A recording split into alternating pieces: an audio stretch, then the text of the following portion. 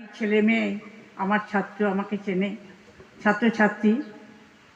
আজকে আমার সেই ছাত্র একজন সামাজিক আর সাংস্কৃতিক কর্মী, আমার এটা গর্বে।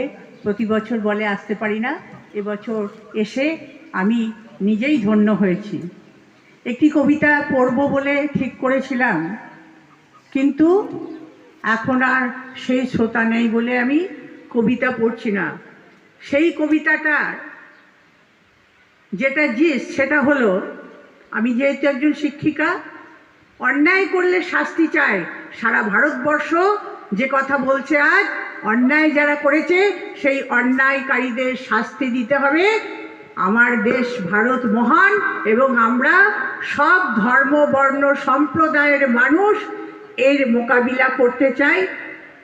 সেই কবিতার সেটা ছিল মূল বস্তু, কিন্তু এটা একটু অন্য ধরনের। প্রতিদিন তো আমরা দুঃখের পৃষ্ঠা উল্টাতে উল্টাতে আমাদের মগজে কি অবস্থা সবাই বুঝছে। এটা একটু এর আগের পৃষ্ঠার কবিতা আর কি। আজকের অভিমন্যুরা এক নয়, হাজার হাজার অভিমন্যু আজ চক্রব্যূহে ঢুকে পড়েছে। দক্ষ ও নির্ভীক যোদ্ধা বলে তারা চক্রব্যূহে প্রবেশ করেছে, কিন্তু বেরিয়ে আসার রাস্তা তারা খুঁজে পাচ্ছে না, পাবেও না।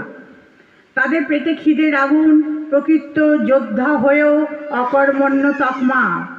তাদের শিক্ষা আত্মসম্মান পদদলিত করছে মূর্খ সৈনিকরা।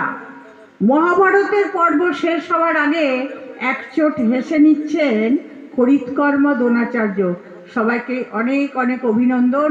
সবাই সাহিত্যে থাকুন, সংস্কৃতিতে থাকুন, সবাই এই রকম আমাদের দেশের অবস্থায় সবাই হাতে হাতে বেঁধে বেঁধে থাকুন। সবার ভালো হোক, সবার মঙ্গল হোক।